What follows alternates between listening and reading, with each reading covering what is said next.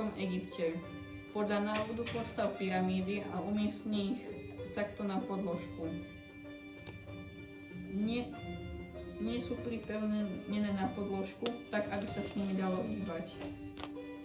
Táto ríša je spojená s rímskou osadou.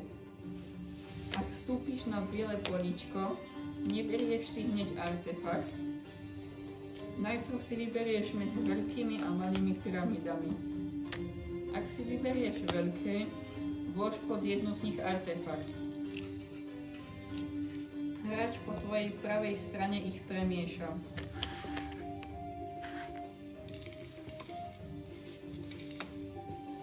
Potom hádaš, pod ktorou je artefakt. Ak uhádneš, artefakt si nechávaš. Ak nie, necháš ho na políčku.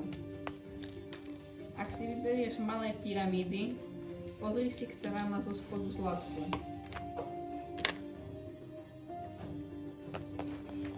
Potom hráč po tvojej pravej strane zamieša pyramídy. Teraz hádaš, ktorá pyramída má zo spodu zlatku. Ak uhádneš, berieš si artefakt, ak nie, artefakt zostáva na jeho poličku.